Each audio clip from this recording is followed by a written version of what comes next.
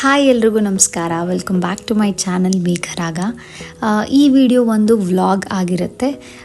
ನಮ್ಮ ಚಿಕ್ಕಮಗಳೂರಿನ ಟ್ರಿಪ್ದು ವ್ಲಾಗ್. ರೀಸೆಂಟಾಗಿ ನಾವು ಮತ್ತು ನನ್ನ ಮೈದ್ನನ ಫ್ಯಾಮಿಲಿ ಒಟ್ಟಿಗೆ ಚಿಕ್ಕಮಗಳೂರಿಗೆ ಹೋಗಿದ್ವಿ.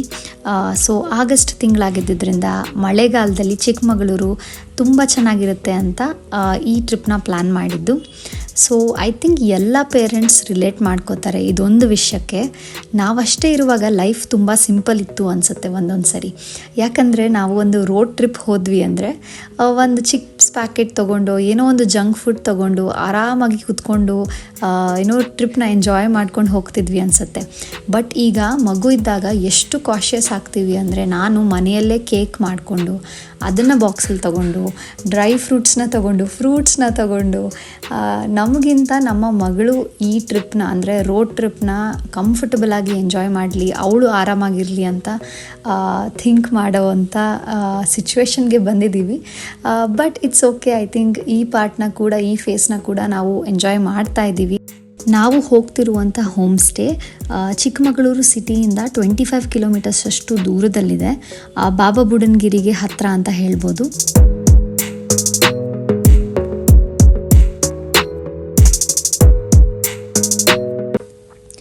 ಇಬ್ಬನಿ ಹೆರಿಟೇಜ್ ಹೋಮ್ ಸ್ಟೇ ಅನ್ನುವಂಥ ಪ್ಲೇಸ್ಗೆ ನಾವು ಇವತ್ತು ಬಂದಿರೋದು. ಈ ಪ್ಲೇಸ್ ಏನಿದೆ, ಒಂದು ಪ್ಯೂರ್ ವೆಜಿಟೇರಿಯನ್ ಹೋಮ್ ಸ್ಟೇ ಆಗಿದೆ. ಆ್ಯಂಟಿಕ್ ಥೀಮಲ್ಲಿ ಮಾಡಿದ್ದಾರೆ. ತುಂಬ ಕಂಫರ್ಟಬಲ್ ಆಗಿರುವಂಥ ಜಾಗ ಇದು. ನಾವು ಸೆಕೆಂಡ್ ಟೈಮ್ ಬರ್ತಿರೋದು. ಕಳೆದ ಬಾರಿ ಮಾರ್ಚಲ್ಲಿ ಬಂದಿದ್ವಿ. ನಮ್ಮ ಮಗಳೊಟ್ಟಿಗೆ ಬಂದಿದ್ವಿ. ಆವಾಗ್ಲೂ ವೆದರ್ ತುಂಬ ಚೆನ್ನಾಗಿತ್ತು. ಈ ಪ್ರಾಪರ್ಟಿ ಸುತ್ತ ಕಾಫಿ ಎಸ್ಟೇಟ್ ಇದೆ, ತುಂಬ ಮರಗಿಡಗಳಿರೋದ್ರಿಂದ ತುಂಬ ತಂಪಾಗಿ ಕಂಫರ್ಟಬಲ್ ಆಗಿದೆ. ಸೊ ಸೆಕೆಂಡ್ ಟೈಮ್ ಕೂಡ ನಾವು ಇಲ್ಲಿಗೆ ಬರೋಣ, ಎಸ್ಪೆಷಲಿ ಮಳೆಗಾಲದಲ್ಲಿ ಅಂತ ಈ ಜಾಗನ ಚೂಸ್ ಮಾಡಿದ್ದು. ತುಂಬ ಟೇಸ್ಟಿಯಾಗಿರುವಂಥ ಹೋಮ್ ಕುಕ್ಡ್ ಮೀಲ್ಸ್ ಸಿಗುತ್ತೆ ಇಲ್ಲಿ.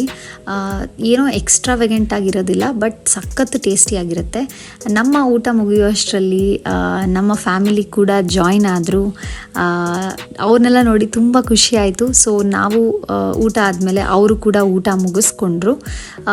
ನಾವು ಏನು ಪೇ ಮಾಡ್ತೀವಿ ಅದರಲ್ಲಿ ಎಲ್ಲ ಮೀಲ್ಸ್ ಇನ್ಕ್ಲೂಡೆಡ್ ಇರುತ್ತೆ, ರೂಮ್ ಚಾರ್ಜಸ್ ಜೊತೆಗೆ.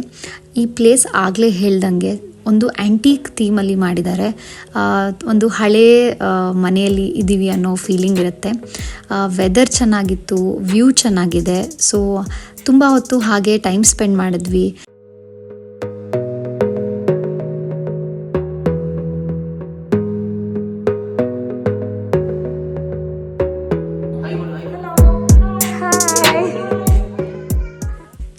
ನಮ್ಮ ಸಿದ್ದು ಪುಟಾಣಿ ಆಟ ಆಡೋದನ್ನು ನೋಡೋದಕ್ಕೆ ಸಖತ್ ಖುಷಿ ಆಗುತ್ತೆ. ಸೊ ಅವರು ಆಟ ಆಡ್ಕೋತಿದ್ರು, ನಾವು ಹಾಗೆ ರೂಮ್ಸ್ ಎದುರುಗಡೆ ಕೂತ್ಕೊಂಡು ಕಾಲ ಕಳೆದ್ವಿ. ಸೊ ನಾವು ಚೂಸ್ ಮಾಡಿದ್ದು ರೂಮ್ಸ್ ಬಂದು 2 ಅಕ್ಕಪಕ್ಕದಲ್ಲೇ ಇದೆ ಆ್ಯಂಡ್ 2ಕ್ಕೂ ಕಾಮನ್ ಔಟ್ಡೋರ್ ಏರಿಯಾ ಇದೆ.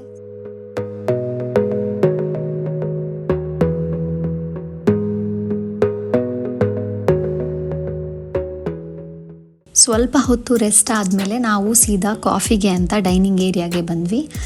ಕಾಫಿ ಜೊತೆಗೆ ಸ್ನ್ಯಾಕ್ಸ್ ಕೂಡ ಇತ್ತು, ಬಜ್ಜಿ ಇತ್ತು. ಸೊ ಸ್ನ್ಯಾಕ್ಸ್ ತಿಂದ್ಕೊಂಡು ಕಾಫಿ ಟೀ ಎಲ್ಲ ಮುಗಿಸ್ಕೊಂಡು ಹಾಗೆ ಅಲ್ಲೇ ಟೈಮ್ ಸ್ಪೆಂಡ್ ಮಾಡಿದ್ವಿ. ಬಿಕಾಸ್ ತುಂಬ ಸ್ಪೇಷಿಯಸ್ ಇದೆ, ಮಕ್ಕಳಿಗೆ ಆಟ ಆಡೋದಕ್ಕೆ ಜಾಗ ಚೆನ್ನಾಗಿತ್ತು. ಸೊ ಇಲ್ಲಿ ಏನು ಸೆಂಟರಲ್ಲಿ ಒಂದು ಮನೆ ಇದೆ. ಇದು ಹಳೆಯ ತೊಟ್ಟಿ ಮನೆ ಕಾನ್ಸೆಪ್ಟಲ್ಲಿ ಕಟ್ಟಿರುವಂಥ ಮನೆ. ಇದು ಈ ಪ್ರಾಪರ್ಟಿಯ ಓನರ್ ಏನಿದ್ದಾರೆ ಅವ್ರ ಮನೆ ಆಗಿರುತ್ತೆ. ಸೊ ನಮಗೆ ಸ್ಟೇ ಮಾಡೋದಕ್ಕೆ ಸಿಗಲ್ಲ, ಬಟ್ ಒಳಗಡೆ ಎಲ್ಲ ನೋಡ್ಬೋದು. ತುಂಬ ಕಲೆಕ್ಷನ್ ಇದೆ, ಹಳೆಯ ಕಾಲದ ವಸ್ತುಗಳನ್ನ ತುಂಬ ಕಲೆಕ್ಟ್ ಮಾಡ್ಕೊಂಡಿದ್ದಾರೆ. ತುಂಬ ಚೆನ್ನಾಗಿರುತ್ತೆ. ನಾವು ತುಂಬ ಹೊತ್ತು ಇಲ್ಲೇ ಟೈಮ್ ಸ್ಪೆಂಡ್ ಮಾಡಿದ್ವಿ, ರೂಮ್ ಕಡೆ ಹೋಗಲೇ ಇಲ್ಲ.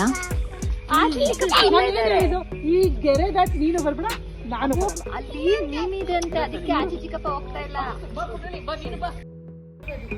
ವಾಟರ್ ಹೂವ ಬಿಟ್ಟಿಲ್ಲ, ಫ್ಲವರ್ ಇಲ್ಲ. ಹಾಯ್ ಮಾಡಿ. ಆಮೇಲೆ ರಾತ್ರಿ ಊಟಕ್ಕೆ ಅಂತ ಡೈನಿಂಗ್ ಹಾಲ್ಗೆ ವಾಪಸ್ ಬಂದ್ವಿ.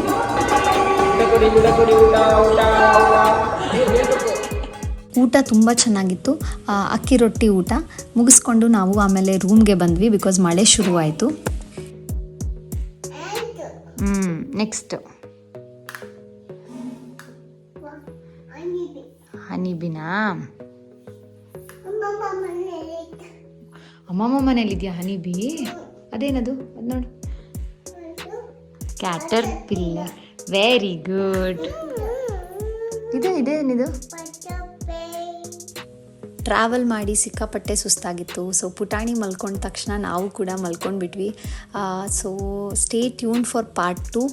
ಸೆಕೆಂಡ್ ಡೇ ಎಕ್ಸ್ಪೀರಿಯನ್ಸ್ ಹೇಗಿತ್ತು, ಏನೆಲ್ಲ ಮಾಡಿದ್ವಿ ಅನ್ನೋದನ್ನ ನಾನು ಆ ವ್ಲಾಗಲ್ಲಿ ಶೇರ್ ಮಾಡ್ತೀನಿ.